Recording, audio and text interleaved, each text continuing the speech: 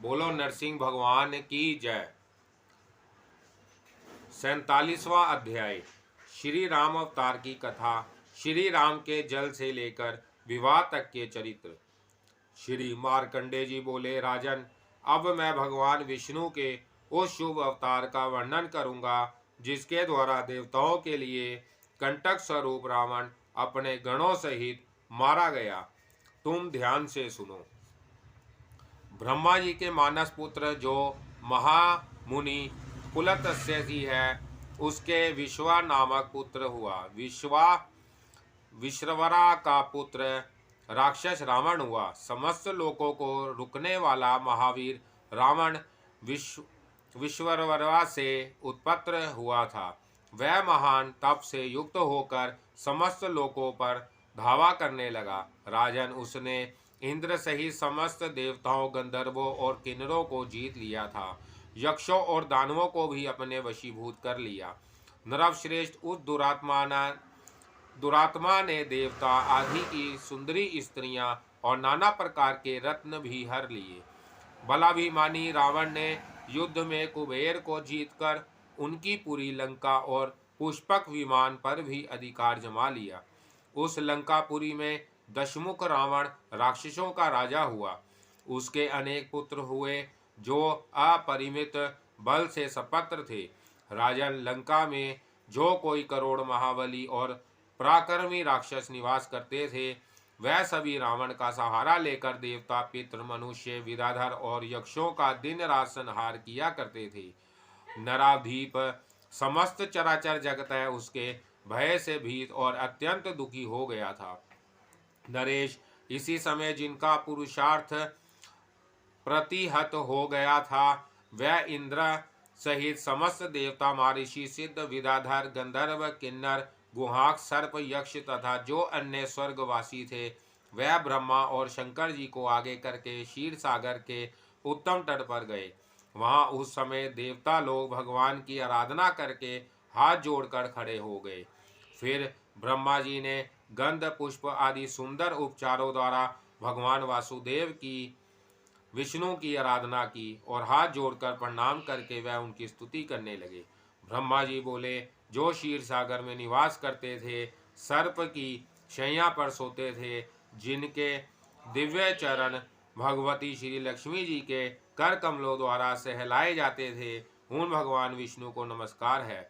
योग ही जिनके निद्रा है, योग के द्वारा अंतकरण में जिनका ध्यान किया जाता है और जो गरुड़ जी के ऊपर आसीन होते हैं, उन आप भगवान गोविंद को नमस्कार है।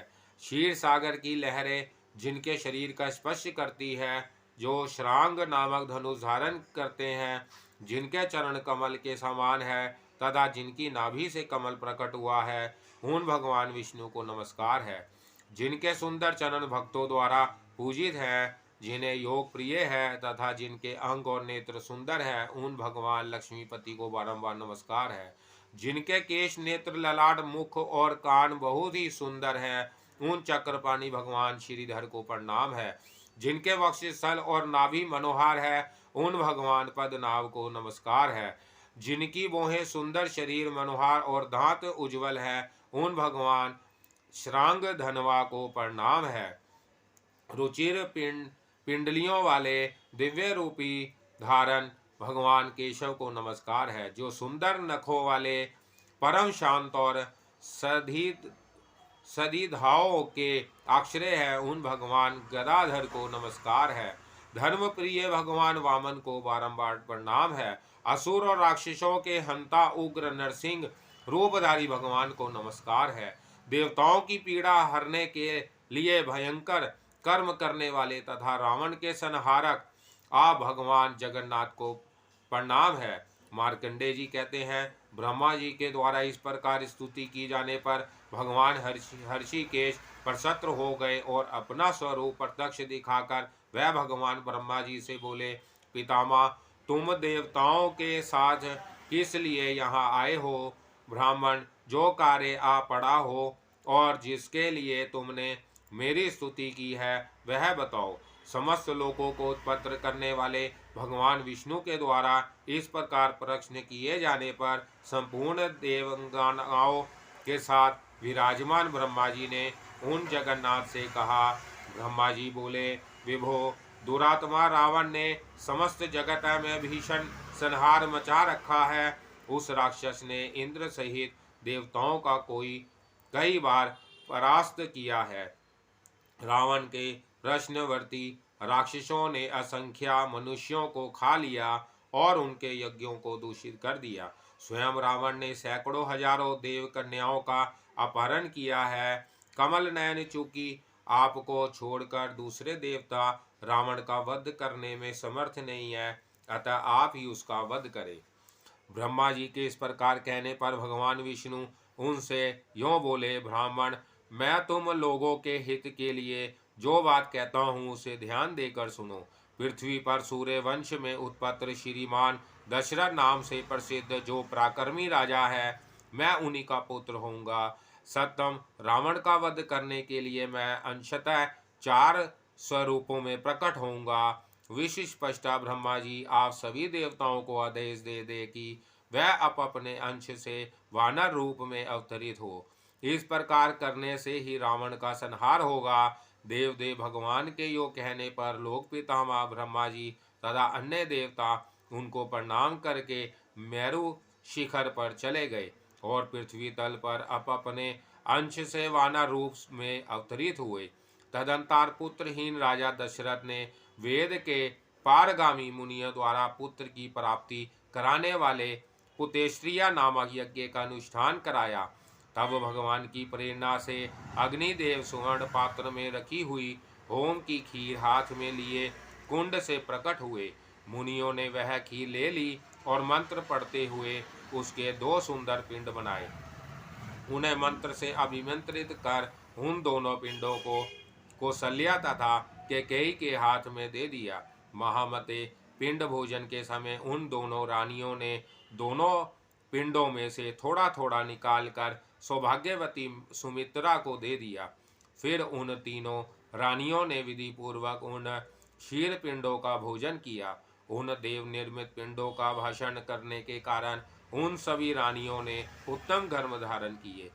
पृथ्वीनाथ, इस प्रकार भगवान विष्णु लोकहित के लिए राजा दशरथ से उनकी तीनों रानियों के गर्भ से अपने 4 अंशों द्वारा वह राम, लक्ष्मण, भरत और शत्रुघ्न नामक 4 रूप धारण करके प्रकट हुए। मुनियों द्वारा जातक कर्मादि संस्कार हो जाने पर वह मंत्र युक्त पिंड के अनुसार 2-2 एक साथ रहते हुए सामान्य बालकों की भांति विचरने लगे।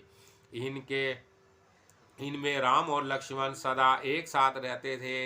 नरपाल जात कर्मादि संस्कारों से संपन्न हो वह दोनों महान शक्तिशाली भाई पिता की प्रशस्ता बढ़ने लगे। उनके शुभ लक्षण अश्रुतपूर्व एवं वर्णानीतीत थे, अथवा वह वेद और व्याकरण आदि शास्त्रों में पारंगत होने के शुभ लक्षण से सुशोभित थे। राजन के कई नंदन भरत अपने अनुज शत्रुघ्न के साथ प्राय घर पर ही रहते थे। नरपोतम, उन्होंने वेद शास्त्र और अस्त्र विद्या भी सीख ली थी। इन्हीं दिनों महातपस्वी विश्वामित्र जी ने यज्ञ विधि से भगवान मधुसूदन का यजन आरंभ किया, परंतु पहले उस यज्ञ में बहुत बार राक्षसों द्वारा विघ्न डाला गया था। नरप श्रेष्ठ, इसलिए इस बार विश्वामित्र जी यज्ञ की रक्षा के लिए राम तथा लक्ष्मण को ले जाने के निमित्त उनके पिता के सुंदर महल में आए। महाबुद्धिमान दशरथ जी उन्हें देख उठ खड़े हुए और अधर्य पादादि उपचारों द्वारा उनकी विधिवत उनकी पूजा की। इस प्रकार उनके द्वारा सम्मानित हो मुनि ने अन्य राजाओं के निकट विराजमान राजा दशरथ से कहा, राज सिंह महाराज दशरथ, सुनो, मैं जिस कार्य के लिए आया हूँ वह तुम्हारे सामने निवेदन करता हूँ। मेरे यज्ञ को दुर्दश राक्षसों ने अनेक बार नष्ट किया है, अतः उसकी रक्षा के लिए तुम राम और लक्ष्मण को मुझे दे दो। नरेश्वर विश्वामित्र जी की बात सुनने पर राजा दशरथ के मुख पर विषाद छा गया। वह उनसे बोले, भगवान, मेरे ये दोनों पुत्र अभी बालक है, इनसे आपका कौन सा कार्य सिद्ध होगा, मैं स्वयं आपके साथ चलकर यथाशक्ति यज्ञ की रक्षा करूंगा। राजा की बात सुनकर मुनि उनसे बोले, नरपाल, राम भी उन सब राक्षसों का नाश कर सकते हैं, इसमें संशय नहीं है। सच तो यह है कि राम के द्वारा ही वह राक्षस मारे जा सकते हैं, तुम्हारे द्वारा नहीं। अतः राजन, तुम्हें राम को ही मुझे दे देना चाहिए और किसी प्रकार की चिंता नहीं करनी चाहिए। बुद्धिमान विश्वामित्र मुनि के द्वारा यों कहे जाने पर राजा क्षण भर के लिए चुप हो गए और फिर उन मुनीश्वर से बोले, मुनि श्रेष्ठ, मैं जो कह रहा हूँ उसे आप प्रसन्नता पूर्वक सुने। मैं कमल लोचन राम को लक्ष्मण के सहित आपको दे तो दूंगा, परंतु ब्राह्मण इनकी माता इन्हें देखे बिना मर जाएगी। इसलिए मुने, मेरा ऐसा विचार है कि मैं स्वयं ही चतुरंगिनी सेना के साथ चलकर सब राक्षसों का वध करूं। विश्वामित्र जी यह सुनकर उन अमित तेजस्वी राजा से पुनः बोले, नृपश्रेष्ठ रामचंद्र अबोध नहीं है, वह सर्वज्ञ समदर्शी और परम समर्थ है। इसमें संशय नहीं है कि तुम्हारे ये दोनों पुत्र राम और लक्ष्मण साक्षात नारायण है, शेष नाग है। नराधीर दुष्टों को दंड देने और सतपुरुषों की रक्षा करने के लिए ही यह दोनों आपके घर में अवतीर्ण हुए हैं, इसमें संदेह नहीं है। राजन, इनकी माता तथा आपको इस विषय में थोड़ी सी भी चिंता नहीं करनी चाहिए। महाराज, यह मेरे पास भरोसे के तौर पर रहेंगे। यज्ञ पूर्ण हो न जाने पर मैं इन दोनों को आपके हाथ में दे दूंगा। बुद्धिमान विश्वामित्र जी के यो कहने पर दशरथ जी मन ही मन उनके शाप से डरते हुए बोले, अच्छा, इन्हें ले जाइए। राजन, पिता के द्वारा बड़ी कठिनाई से छोड़े गए श्री राम और लक्ष्मण को साथ ले विश्वामित्र मुनि तब अपने सिद्धाश्रम की ओर प्रस्थित हुए। उन्हें जाते देख उस समय राजा दशरथ कुछ दूर पीछे पीछे गए और तब मुनि से इस प्रकार बोले, साधु श्रेष्ठ ब्राह्मण, मैं पहले दीर्घ काल तक पुत्रहीन रहा। मुनियों की कृपा से अनेक सकाम यज्ञों कर्मों का अनुष्ठान करके अब पुत्रवान हो सका हूँ। अतः मुने, मैं मन ही मन इन पुत्रों का अधिक काल तक वियोग नहीं सह सकूंगा। यह बात आप ही जानते हैं। अतः इन्हें ले जाकर फिर यथासंभव शीघ्र मेरे पास पहुंचा दीजिएगा। उनके यों कहने पर विश्वामित्र जी ने पुनः राजा से कहा, आपका यज्ञ समाप्त हो जाने पर मैं पुनः श्री राम और लक्ष्मण को यहाँ ले आऊँगा तथा अपने वचन को सत्य करते हुए इन्हें वापस कर दूंगा। आप चिंता ना करें। विश्वामित्र जी के इस प्रकार आश्वासन देने पर राजा ने उनके शाप की आशंका से भयभीत हो इच्छा ना रखते हुए श्री राम और लक्ष्मण को उनके साथ भेज दिया। विश्वामित्र जी उन दोनों भाइयों को साथ ले धीरे धीरे अयोध्या से बाहर निकले। राजेंद्र, सरुया के तट पर पहुंचकर महामती विश्वामित्र जी ने चलते चलते श्री राम और लक्ष्मण को प्रेमवश पहले बला और अति बला नाम की दो विधाएं प्रदान की, जो शुद्धा और पिपासा को दूर करने वाली है। मुनि ने उन विधाओं को मंत्र और संग्रह उपसंहार पूर्वक सिखाया। फिर उसी समय उन्हें संपूर्ण अस्त्र समुदाय की शिक्षा देकर वह साधु श्रेष्ठ मुनि श्री राम और लक्ष्मण को अनेक आत्मज्ञानी मुनीश्वरों के दिव्य आश्रम दिखाते और पवित्र तीर्थ स्थानों में निवास करते हुए गंगा नदी को पार कर सोनभद्र के पश्चिम तट पर जा पहुँचे। मार्ग में मुनियों, धर्मात्माओं और सिद्धों को दर्शन करते हुए तथा ऋषियों से वर प्राप्त कर राजकुमार श्री राम और लक्ष्मण विश्वामित्र जी के द्वारा उस ताड़का वन में ले जाए गए, जो यमराज के दूसरे मुख के समान भयंकर था। नरवशेष वहां पहुंचकर महातपस्वी विश्वामित्र जी ने अनायासी महान कर्म करने वाले राम से कहा, महाबाहो राम, इस महान वन में रावण की आज्ञा से ताड़का नाम की एक राक्षसी रहती थी। उसने बहुत से मनुष्यों, मुनि पुत्रों और मृगों को मारकर अपना आहार बना लिया है। अतः सत्यम, तुम उसका वध करो। मुनिवर विश्वामित्र के इस प्रकार कहने पर राम ने उनसे कहा, महामुने, आज मैं इस स्त्री का वध कैसे करूं, क्योंकि बुद्धिमान लोग इस स्त्री वध में महान पाप बतलाते हैं। श्री राम की यह बात सुनकर विश्वामित्र जी ने उनसे कहा, राम, उस ताड़का को मारने से सभी मनुष्य सदा के लिए निर्भय हो जाएंगे, इसलिए उसका वध करना तो पुण्यदायक है। मुनिवर विश्वामित्र इस प्रकार कह ही रहे थे कि वह महाघोर राक्षसी ताड़का मुंह फैलाए वहां आ पहुंची। तब मुनि की प्रेरणा से राम ने उसकी ओर देखा। वह मुंह बताए आ रही थी। उसकी छड़ी सरीखी एक वहां ऊपर की ओर उठी थी। कटी प्रदेश में मेखला करधनी की जगह लिपटी हुई मनुष्य की आंतड़ी लटक रही थी। इस रूप में आती हुई उस निशाचरी को देखकर श्री राम ने स्त्रीवध के प्रति होने वाली घृणा और बाण को एक साथ ही छोड़ दिया। राजन, उन्होंने धनुष पर बाण रखकर उसे बड़े वेग से छोड़ा। उस बाण ने ताड़का की छाती के दो टुकड़े कर दिए। फिर तो वह धरती पर गिरी और मर गई। इस प्रकार ताड़का का वध कराकर मुनि श्री राम और लक्ष्मण दोनों को अपने उस दिव्य सिद्धाश्रम पर ले आए, जो बहुत से मुनियों द्वारा सेवित था। वह आश्रम विंध्या पर्वत की मध्यवर्तिनी उपत्यका में विद्यमान था। वहां नाना प्रकार के वृक्ष और लता समूह फैले हुए थे और भांति भांति के पुष्प उसकी शोभा बढ़ा रहे थे। वह आश्रम अनेकानेक झरनों के जल से सुशोभित तथा शाक मूल फल आदि से सपत्र था। वहां उन दोनों राजकुमारों को विशेष रूप से शिक्षा देकर मुनि ने उनको यज्ञ की रक्षा के लिए नियुक्त कर दिया। तदंतर महान तपस्वी विश्वामित्र ने यज्ञ आरंभ किया। महात्मा विश्वामित्र जी जो ही यज्ञ की दीक्षा में प्रविष्ट हुए, उस यज्ञ का कार्य चालू हो गया। उसमें ऋत्विक जगन अपना कार्य करने लगे।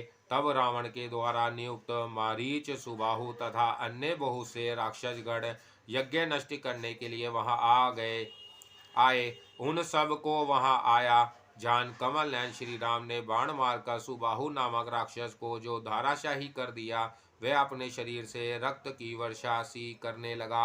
इसके बाद भल्ल नामक बाण का प्रहार करके श्री राम ने मरीच को उसी तरह समुद्र के तट पर फेंक दिया जैसे वायु पत्ते को उड़ाकर दूर फेंक दे। तदंतर श्री राम और लक्ष्मण दोनों ने मिलकर शेष सभी राक्षसों का वध कर डाला।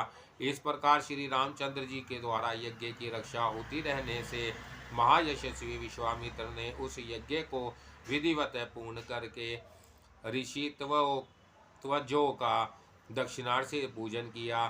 शत्रु दमन उस यज्ञ के सदस्यों का भी यथोचित समादर करके विश्वामित्र ने श्री राम और लक्ष्मण की भी भक्ति पूर्वक पूजा व प्रशंसा की। सतपुरुषों में श्रेष्ठ महाराज तदंतर उस यज्ञ में मिले हुए भागों से संतुष्ट देवताओं ने भगवान राम के मस्तक पर पुष्पों की वर्षा की। इस प्रकार भाई लक्ष्मण के साथ विनयशील श्री रामचंद्र जी राक्षसों से प्राप्त भय का निवारण करके विश्वामित्र का यज्ञ पूर्ण कराकर नाना प्रकार की पावन कथाएं सुनते हुए मुनि के द्वारा उस स्थान पर लाए गए जहाँ शिला बनी हुई अहिल्या थी। राजेंद्र, पूर्व काल में इंद्र के साथ व्यभिचार करने से अपने पति गौतम का शाप प्राप्त कर अहिल्या पत्थर हो गई थी।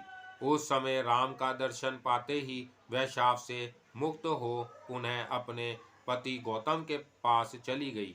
तदंतर विश्वामित्र जी ने वहां क्षण भर विचार किया कि मुझे कमल लोचन रामचंद्र जी का विवाह करके इन्हें अयोध्या ले चलना चाहिए। यह सोचकर अनेक शिष्यों से घिरे हुए महातपस्वी विश्वामित्र जी श्री राम और लक्ष्मण को साथ ले मिथिला की ओर चल दिए। इनके जाने से पूर्व ही वहां सीता से विवाह करने की इच्छा वाले अनेक महान पराक्रमी राजकुमार नाना देशों से जनक के यहाँ पधारे थे। उन सबको आया देख राजा जनक ने उनका यथोचित सत्कार किया तथा जो सीता के स्वयंवर के लिए ही प्रकट हुआ था, उस महान महेश्वर धनुष का चंदन और पुष्प आदि से पूजन करके उसे रमणीय शोभा से संपत्र सुविस्तृत रमनचंद पर लाकर रखवाया।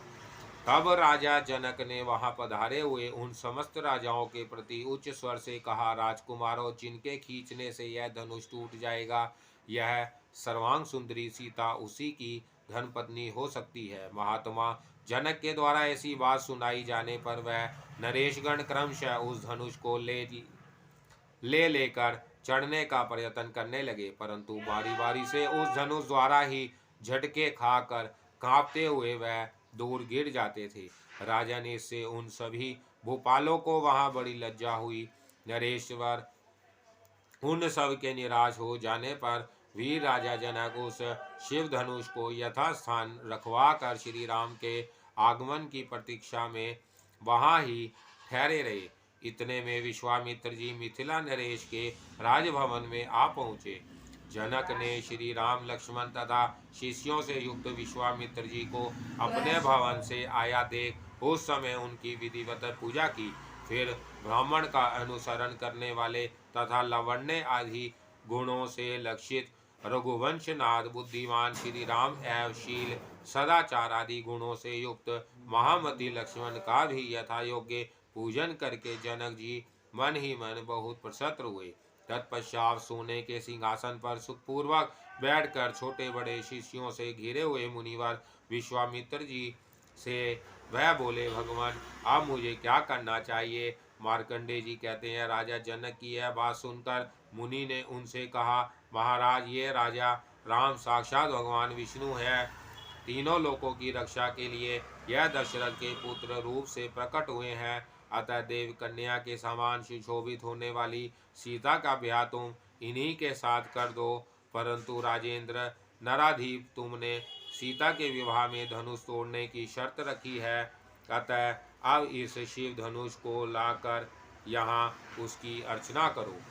तब बहुत अच्छा कहकर राजा ने अनेक भूपालों का मान भंग करने वाले उस अद्भुत शिव धनुष को पूर्णतः वहां रखवाया। तत्पश्चात कमल लोचन दशरथ नंदन राम विश्वामित्र जी के आज्ञा देने पर राजाओं के बीच से उठे और ब्राह्मणों तथा देवताओं को प्रणाम करके उन्होंने वह धनुष उठा लिया। फिर उन महाबाहु ने धनुष की डोरी चढ़ाकर उसकी टंकार की। राम के द्वारा बलपूर्वक खींचे जाने से वह महान धनुष सहसा टूट गया। तब सीता जी सुंदर माला लेकर आई और उन संपूर्ण क्षत्रियों के निकट भगवान राम के गले में वह माला डालकर उन्होंने उनका विधि पूर्वक पति रूप से वरण किया। इससे वहां आए हुए सभी महाबली क्षत्रिय कुपित हो गए और श्री रामचंद्र जी पर सब ओर से आक्रमण एवं गर्जना करते हुए उन पर बाण बरसाने लगे। उन्हें योग करते देख श्री राम ने भी वेग पूर्वक हाथ में धनुष ले प्रत्यंजया टंकार से उन सभी नरेशों को कंपित कर दिया और अपने अस्त्रों से उन सब के बाण एवं रथ काट डाले। इतना ही नहीं, श्री राम जी ने लीला पूर्वक ही उनके धनुष तथा पताकाएं भी काट डाली।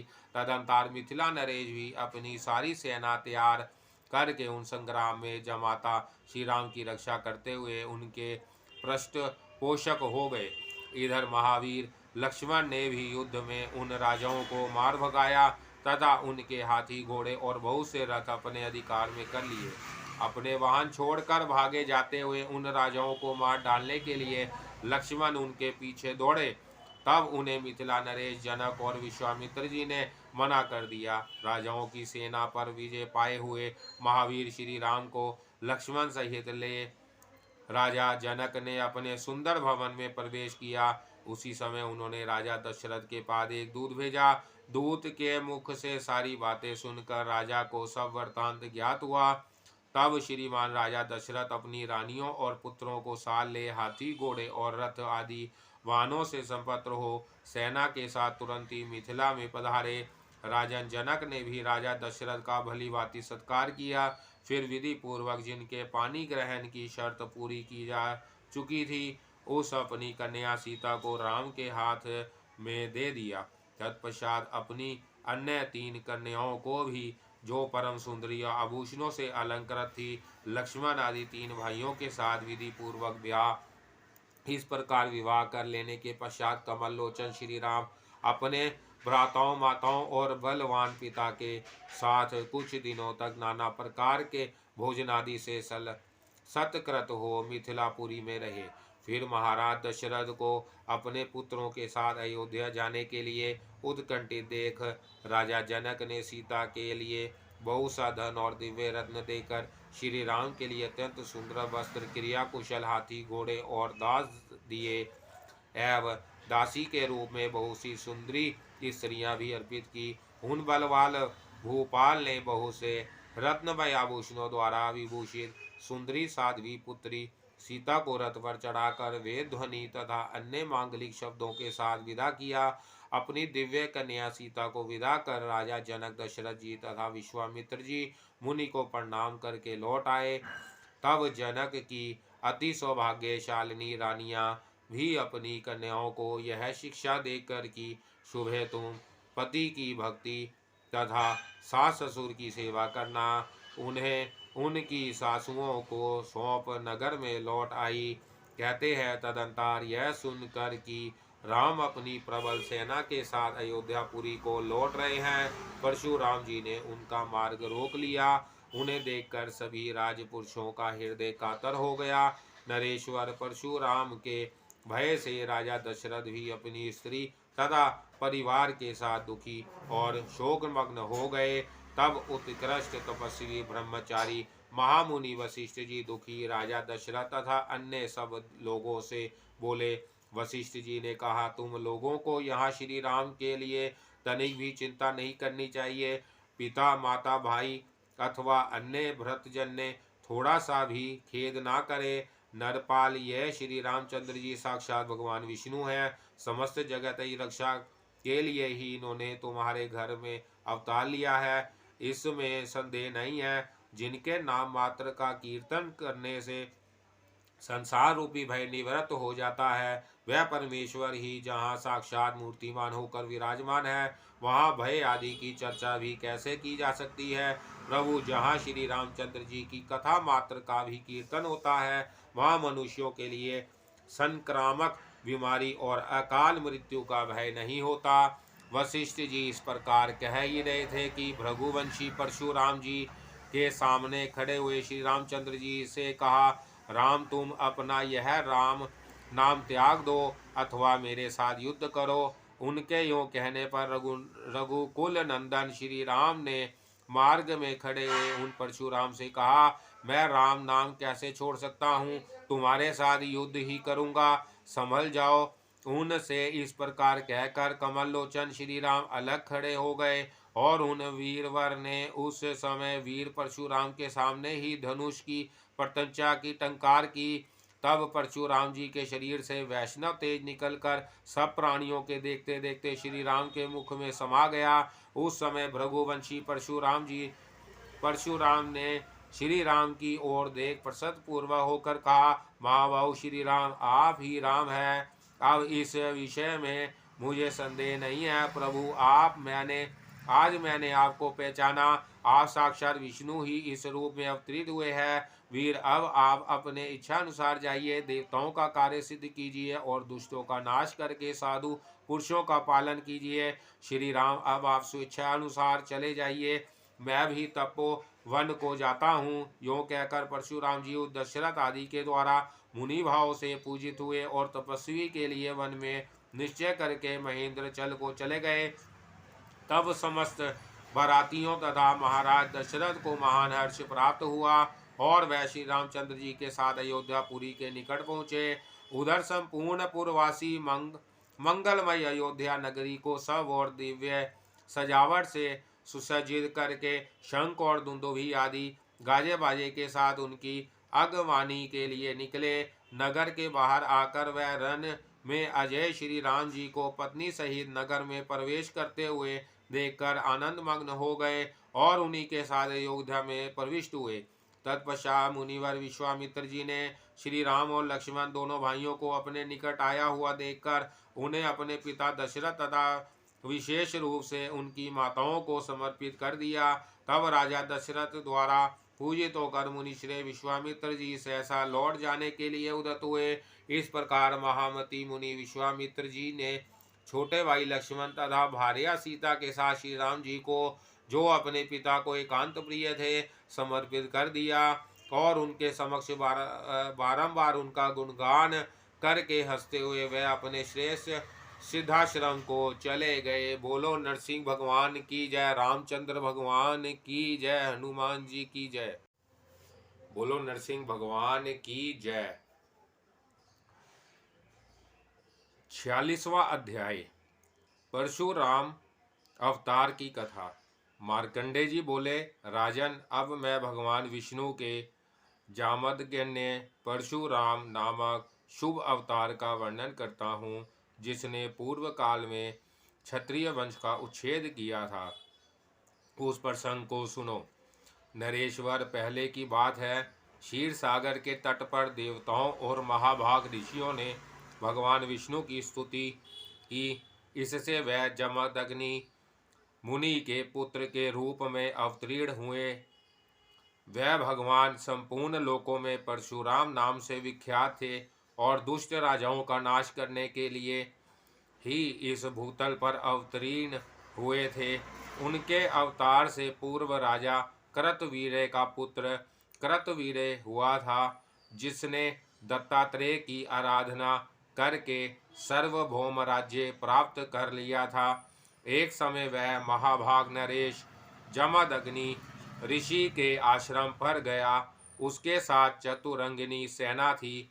उस राजा को चतुरंगिनी सेना के साथ आश्रम पर आया देख जमदग्नि ने नरपवर करतवीर्या से मधुर वाणी में कहा, महामते, आप मेरे अतिथि होकर यहाँ पधारे हैं, अतः आज अपनी सेना का पड़ाव यहीं डालिए और मेरे दिए हुए वन्य फल आदि का भोजन करके कल यहाँ से जाइएगा। महानुभाव राजा करतवीर्य मुनि के वाक्य का गौरव मानकर अपनी सेना को वही ठहराने का आदेश दे वहाँ रह गया। इधर अलंडे यश वाले मुनि ने राजा को आमंत्रित करके अपनी कामधेनु गौ का दोहन किया। राजन, उन्होंने अनेकानेक गजशाला, अक्षशाला, मनुष्यों के रहने योग्य विचित्र ग्रह और तोरण द्वार आदि का दोहन किया। सामान्य व नरेशों के रहने योग्य सुंदर भवन, जिनमें बगीचे आदि की इच्छा रखने वालों के लिए सुंदर उद्यान थे, दोहन द्वारा प्रस्तुत किए। फिर अनेक मंजिलों का श्रेष्ठ महल, जिसमें सुंदर एवं उपयोगी सामान संचित थे, गो दोहन के द्वारा उपलब्ध करके मुनि ने भूपाल से कहा, राजन, आपके लिए महल तैयार है, आप इसमें प्रवेश कीजिए। आपके यह श्रेष्ठ मंत्री तथा और लोग भी शीघ्र ही इन दिव्य ग्रहों में प्रवेश करें। विभिन्न जातियों के हाथी और घोड़े आदि भी गजशाला और अश्वशाला में रहे तथा भृतगण भी इन छोटे घरों में निवास करे। मुनि के इस प्रकार कहते ही राजा कर्तवीर्य ने उस उत्तम ग्रह में प्रवेश किया। फिर दूसरे लोग दूसरे दूसरे ग्रहों में प्रविष्ट हुए। इस प्रकार सबके यथास्थान स्थित हो जाने पर मुनि ने पुनः राजा कर्तवीर्य से कहा, नरेश्वर, आपको स्नान कराने के लिए मैंने इन 9 उत्तम स्त्रियों को नियंत्रण किया है। जैसे स्वर्ग में देवराज इंद्र अप्सराओं के नृत्य गीत सुनते हुए स्नान करते हैं, उसी प्रकार आप भी इन स्त्रियों के नृत्य गीत से आनंदित हो इच्छानुसार स्नान कीजिए। भूप मुनि की आज्ञा से वहाँ राजा कर्तवीर्य ने इंद्र की भांति मधुर वादों और गीत आदि के शब्दों से आनंदित होते हुए स्नान किया। स्नान कर लेने पर मुनि ने उन्हें 2 सुंदर सुशोभित वस्त्र दिए। धोत वस्त्र पहन और ऊपर से चादर ओढ़कर राजा ने नित्य नियम करने के बाद भगवान विष्णु की पूजा की। फिर उन मुनिवर ने गौ से अत्रमय महान पर्वत का दोहन करके राजा तथा राज सेवक वृंद को अर्पित किया। नरप राजा तथा उनके भृतगणों ने जब तक भोजन का कार्य संपन्न किया तब तक सूर्य देव अस्ताचल को चले गए। तब उन्होंने रात को भी मुनि के बनाए हुए उस भवन में गीत आदि विनोदों से आनंदित हो शयन किया। तदंतर निर्मल प्रभात काल होते ही स्वप्न में मिली हुई संपत्ति के समान सब कुछ लुप्त हो गया। फिर वहाँ केवल कोई भूभाग मात्र ही अविष्ट देखा। राजा ने मन ही मन विचार किया और अपने पुरोहित से पूछा, महाभाग पुरोहित जी, यह महात्मा जमदग्नि मुनि के तप की शक्ति थी या कामधेनु गौ की, इसे आप मुझे बताइए। कर्तवीर्या के इस प्रकार पूछने पर पुरोहित ने उससे कहा, राजन मुनि, मैं भी समर्थ है, परंतु यह सिद्धि तो गौ की ही थी। तो भी नरेश्वर, आप लोभवश उस गौ का अपहरण ना करें, क्योंकि जो उसे हर लेने की इच्छा करता है उसका निश्चय ही विनाश हो जाता है। यह सुनकर राजा के प्रधानमंत्री ने कहा, महाराज, ब्राह्मण ब्राह्मण का ही प्रेमी होता है। वह अपने पक्ष का पोषण करने के कारण राजा के कार्य की कोई परवाह नहीं करता। राजन, उस गौ को पाकर आपके पास तत्काल गुप्त हो जाने वाले नाना प्रकार के घर, सोने के पात्र, शय्यादी तथा सुंदरी स्त्रियां, ये सब सम्मान प्रस्तुत रहेंगे, जिन्हें हम लोगों ने वहां प्रत्यक्ष देखा है। इस उत्तम धेनु को आप अवश्य ले चलें। महामते राजेंद्र, यह गौ आपके ही योग्य है। भूपाल, यदि आपकी इच्छा हो तो मैं स्वयं जाकर इसे ले आऊं। आप केवल मुझे आज्ञा दीजिए। नरपवर मंत्री के इस प्रकार कहने पर राजा ने बहुत अच्छा कहकर अनुमति दे दी।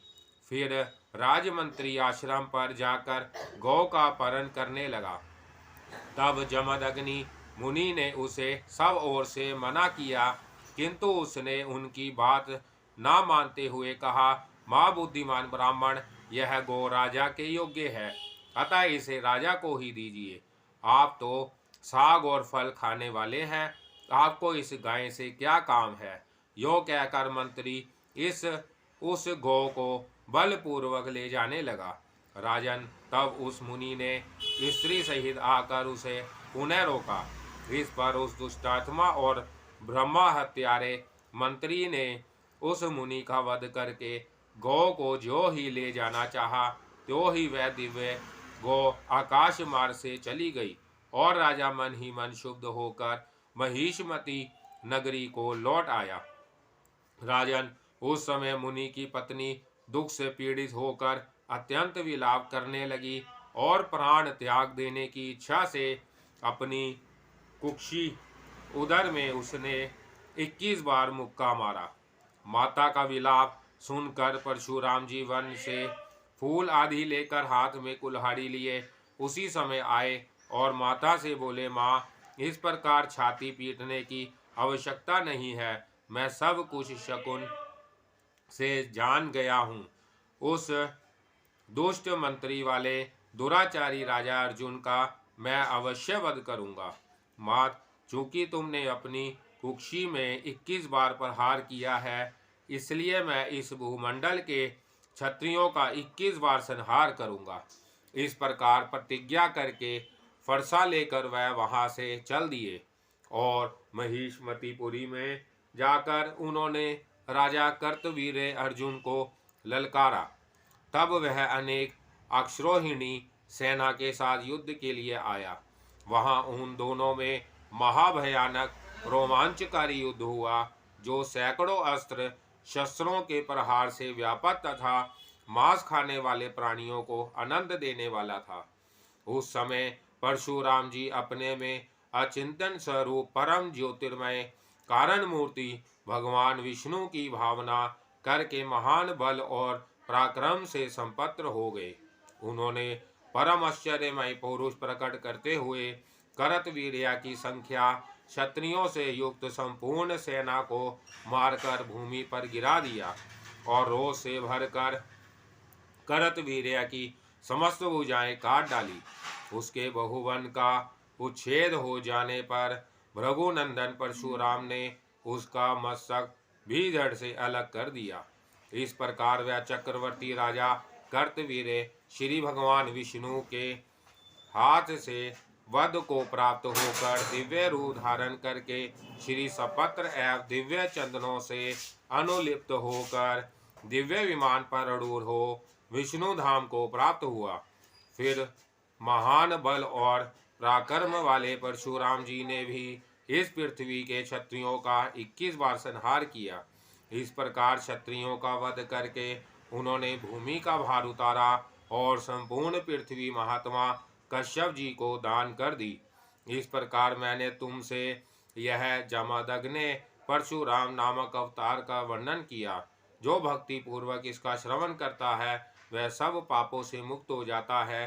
राजन, इस तरह पृथ्वी पर अवतीर्ण होने के बाद ये साक्षात भगवान विष्णु स्वरूप परशुराम जी 21 बार क्षत्रियों को मारकर क्षत्रिय तेज को छित्र भित्र करके आज भी महेंद्र पर्वत पर विराजमान है। बोलो नरसिंह भगवान की जय।